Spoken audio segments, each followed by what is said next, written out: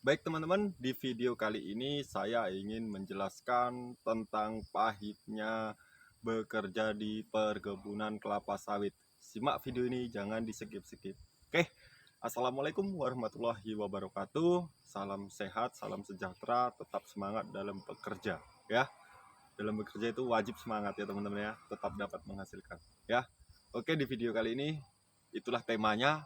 Saya ingin berbagi cerita, berbagi pengalaman tentang di perkebunan kelapa sawit ya, yang pernah saya rasakan selama ini ya. Jadi yang saya bahas yaitu yang pertama kali tentang pahitnya di dunia perkebunan kelapa sawit ya. Jadi buat teman-teman jangan memandang bekerja di perkebunan kelapa sawit itu senang, banyak uang ya, jangan. Bahagia itu ya belum tentu ya. Jadi itu tergantung diri kita sendiri menyikapinya bagaimana ya, bersyukur atau tidaknya kalau masalah kebahagiaan ya. Jadi masalah bekerja di perkebunan kelapa sawit itu, kalau saya ceritakan pengalaman saya ya, dari nol nih, ini saya ceritakan dari nol sampai sekarang saya menjadi mandor panen.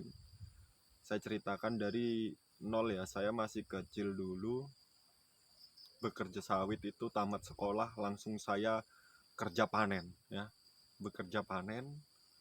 Saya sekitar 3 bulan bekerja panen, sakit badan pak ya. Tamat sekolah saya langsung panen, megang dodos. Tinggi pohon yang saya panen itu yaitu 4 meter bahkan 5 meter pakai dodos. Saya belum bisa pakai egrek waktu itu ya, jadi saya usahakan pakai dodos. Saya sambung sampai 4 meter dodos itu ya, saya paksakan. 3 bulan saya bekerja, per janjang masih borongan itu. Saya bekerja itu masih borongan, harganya Rp330 per janjang. Dan harga brondolan satu karung itu diikat pocong ya. Brondolan itu full bersih tapi ya, brondolan harganya 5.000 per karung. Gaji saya 1 bulan hanya sekitar 1.600.000, 1.300.000. Saya udah bangga banget ya. Saya lepas dari tanggung jawab orang tua, saya bisa bekerja sendiri, saya mandiri. Saya bekerja cuma 3 bulan, setelah itu saya pulang kampung karena saya nggak tahan ya. Itulah saya tadi ceritakan pahitnya. Saya nggak tahan ya, dengan peraturannya, dengan rasa badan ini betul-betul kayak digebukin. Setiap hari harus kerja, nggak kerja dimarah mandor. Seperti itu yang saya alami ya. Setelah saya berpindah di kampung, saya resign, nganggur saya sekitar 2 minggu, saya pusing. Saya pusing di rumah ngapain, saya terpaksa ke cari pekerjaan lagi, ke kebun sawit lagi. Saya ambil tindakan, yaitu ada teman kemarin ngajak, ayo Nov kita bekerja di ini aja, eh, kebun sawit tapi di PT yang sana, kita kerjanya muat kata dia. Jadi saya muat, harganya itu hanya 21.000 per ton. Sistemnya udah langsir, muat ke mobil ya. Itu sistemnya 21.000 per ton harganya. Jadi saya nekat dari kampung, saya jalan kaki. Jalan kaki itu nilai sekitar 45 kiloan sampai ke PT karena saya nggak punya kendaraan. Kalau ceritakan itu saya sedih banget teman-teman ya. Saya nggak punya apa-apa, rokok nggak punya, untuk makan pun susah, kehidupan orang tua juga susah. Jadi saya nekat berangkat jalan kaki, perjalanan 45 kilo. Saya nginap bermalaman di rumah entah siapa saya nggak kenal. Saya dikasih makan di situ ya, saya kasih makan. Setelah itu singkat cerita, saya pagi itu nyambung teman-teman, nyambung berangkat lagi jalan. Nyampe lah saya sekitar jam-jam 2 siang nyampe. Saya diurus sama pihak kebun itu, jarak 2 hari saya langsung disuruh kerja muat ya. Setelah saya muat di situ, saya merasakan hasil. Walaupun kerja saya dari pagi sampai ke pagi, kalau untuk muat buah sawit saya akui kerja itu dari pagi sampai ke pagi, saya akui ya. Tapi saya nekat, kemarin saya tanggung cuma 3 bulan dan saya nggak bawa hasil. Dan sekarang saya nekat, saya harus bawa hasil. Nah setelah saya eh, bekerja terus, saya bisa nabung. Waktu zaman dulu itu saya bisa terbeli motor RX King ya, terbeli motor RX King harga 7 juta. Di situ saya ada kebanggaan, saya berani pulang kampung. Namanya masih remaja ya, masih belum dewasa ya pemikiran, jadi seolah-olah saya pamer kepada teman-teman, ini loh hasil kerja saya ya, seperti itu. Tapi teman-teman saya apa, enak kamu ya Nob, sukses di sana kerja begini begitu.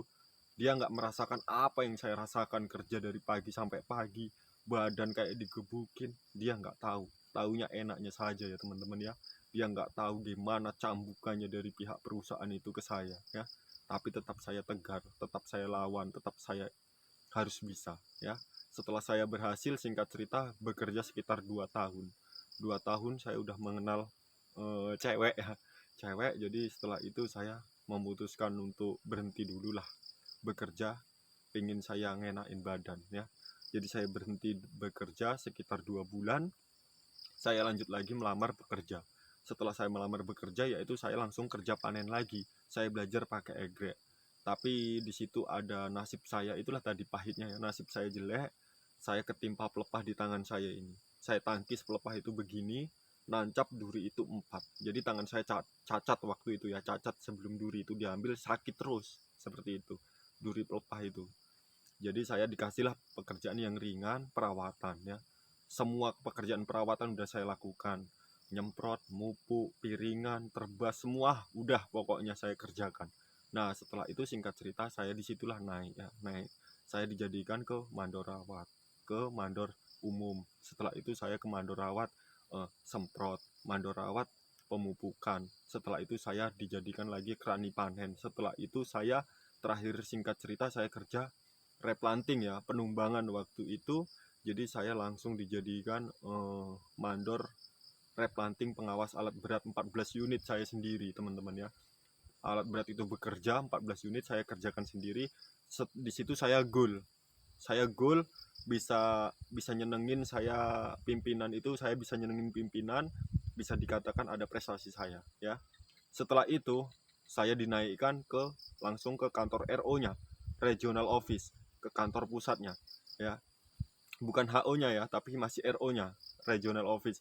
Saya diajak menjadi pilot drone UAV X08 yang lebarnya 2 meteran ya. Itulah cerita saya, pengalaman saya ya. Jadi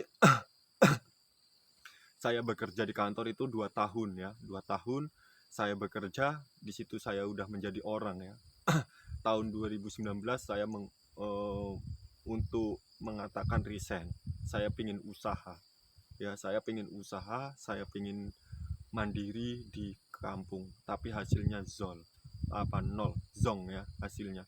Jadi nggak ada. Saya memutuskan untuk melamar kerja lagi di perkebunan kelapa sawit.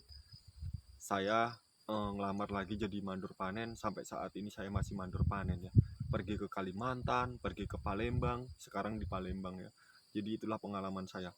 Tapi teman-teman, meskipun rasa pahit, rasa sakitnya di perusahaan, kalau kita nekat, kita niat, insya Allah kita tetap nyaman ya. Karena kenyamanannya gini teman-teman, kita ambil positifnya begini, masih banyak orang yang lebih susah dibandingkan kita di luar sana ya. Kita kalau bekerja di perusahaan ini ada terus pekerjaan itu, nggak ada matinya ya, nggak ada macetnya, pekerjaan itu ada terus selagi kita mau bekerja. Nah itu bedanya teman-teman ya. Jadi buat teman-teman kalau mau bekerja di perkebunan kelapa sawit ya sebenarnya harus dipikir dulu risikonya gimana ya, tapi tetap ada keuntungannya ya. Kenyataannya di Indonesia ini banyak orang perantau bekerja di perkebunan kelapa sawit ya, dan banyak juga yang sukses. Berarti masalah sukses dan tidaknya itu tergantung di diri kita sendiri. Nah coba sekarang teman-teman renungkan, gimana, pingin enggak bekerja di perkebunan kelapa sawit? Ayo, oke, sekarang pikirkan betul-betul. Dan sekarang saya mohon jangan sampai teman-teman itu salah masuk di perusahaan ya. Simak di video saya selanjutnya, nanti akan saya jabarkan, saya beberkan masalah perusahaan yang real, tidak ada kayak seakan-akan penipuan ya. Nah nanti akan saya jelaskan di video saya. Jangan lupa di subscribe video saya. Terima kasih, semangat pagi.